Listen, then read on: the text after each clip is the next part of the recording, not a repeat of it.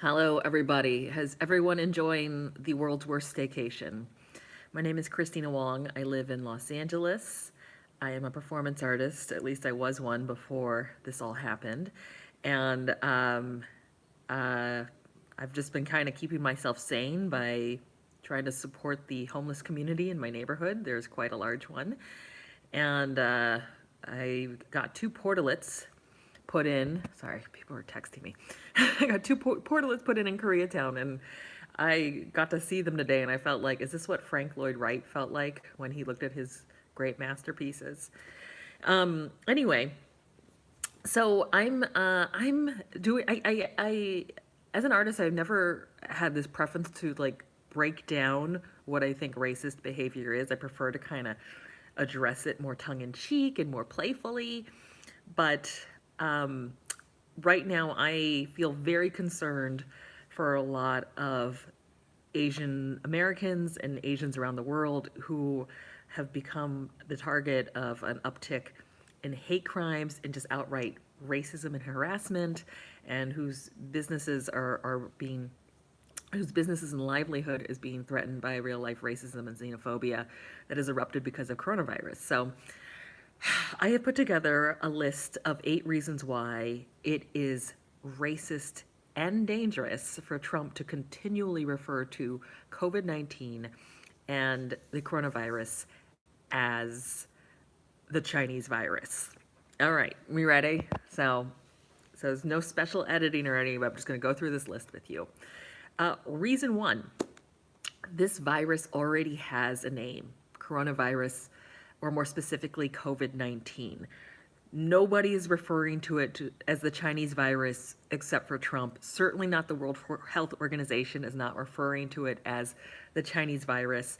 And for those of Americans who are not really following this closely, if they were to watch Trump describe the Chinese virus when they've maybe vaguely heard about coronavirus and COVID-19, it gives the impression that there might be a brand new virus and so that becomes very confusing. So he's, in my opinion, making a very clear and conscious choice to give it this very new specific name that does not help the fact that there is information that needs to go out specifically about coronavirus and COVID-19, the names that the rest of the world is using to describe this. Okay, 2, by calling it Chinese virus, it feeds into the monolithic thinking that Chinese people and all Chinese Americans, and worse off, more Asians, more East Asians, and all Asians are the same. That we are all this monolith, that we all have the same opinion on everything, that we are all just the same person constantly all the time. And this is something that I tackle in my other work when I confront racism, is that maybe a guy will come up to me and go, "Oh, my ex-girlfriend was Asian," as if I knew her. So this is just a micro example of how people view Asians as a monolith, that we might all know each other. "Oh, do you know Susan Wong from Virginia?" "No, I don't." Okay, so so this is the unfortunate thinking, is when you hear Chinese virus, what does it conjure up? Does it conjure up people? Does it conjure up the country? Does it conjure up what, right? Because I think what we're already dealing with is Asian Americans in this country have the issue that we are read as perpetual foreigners to the rest. Sorry, people are texting me and complimenting me about porta potties right now. That when people see us, they might have the assumption that I was born somewhere else, when in fact my family has been here for 3 generations, or that I might be Japanese, or that I might know how to speak Korean because I'm Chinese, and aren't all those Asian people the same? So that's what's the issue with just using this broad description of Chinese virus. Okay, 3. This, not only does this virus not have a nationality, because it doesn't have a passport, it's already here and it's everywhere. So referring to it as a Chinese virus is not good in terms of public education about it, because for people who are just trying to understand what's happening, they might think this is something that is in China right now or has not made its way overseas. This description is very confusing and very potentially dangerous for people's health, because there are already people, if you saw these videos of kids on spring break, in Florida who don't think this is a threat. There are other people who don't think this is a threat because the numbers are relatively low. So, but the numbers will spike, and when it does spike, and if it doesn't, if the curve does not flatten, our healthcare system can't handle this. So by calling it a Chinese virus, it sort of distances the understanding that this virus is already here, it's everywhere, it has the potential to infect anybody, whether you are rich, poor, a celebrity or not, young or old, and whatever race. So that is not helpful. Okay, 4.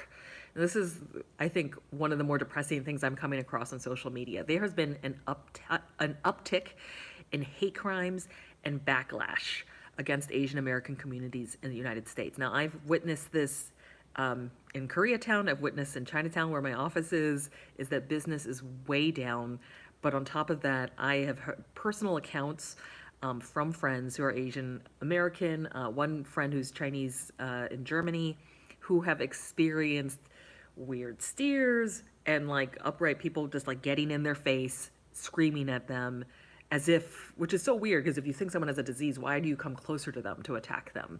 But I've also seen more than enough videos than I'd care to see of people who are being physically assaulted, who've had their stores vandalized, who are just being harassed by people. And I will tell you personally, as someone who does have a couple of masks and takes public transportation in LA, I do not want to wear that mask on the bus with my Asian face because I actually fear for my safety. I fear that it will make me a target of harassment. So, and I don't think I'm imagining things at all. Okay, let's see. What is my okay, yes. So there's an uptick of hate crimes. To finish that point, it is not helped by characterizing a deadly pandemic by race, especially with a broad term like Chinese. Like, what does that mean? Because there are a lot of people who are very ignorant. Can you imagine that in the United States, who will assume that all Chinese things and people and goods made in Chinese factories might be carrying the virus because they weren't paying attention during any of these news conferences or during their virology lesson plan in science class. But you can't just catch this from a Chinese person. I have to say this super sincerely to make that clear. Okay, 5.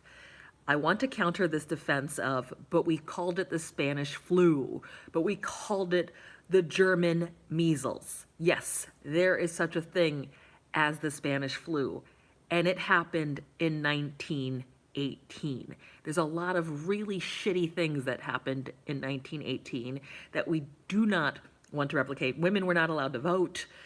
Most of the healthcare and medicine that was available in 1918 are not things we want to replicate now. So I think that there was a time when you would name it that. I also want to point out that the Spanish flu was not from Spain. It was from France. So by this logic, the Chinese flu should be called the Irish flu because nothing matters anymore, right? I don't know why my nose is running. I think I'm fine. And also German measles. That was something from 1881.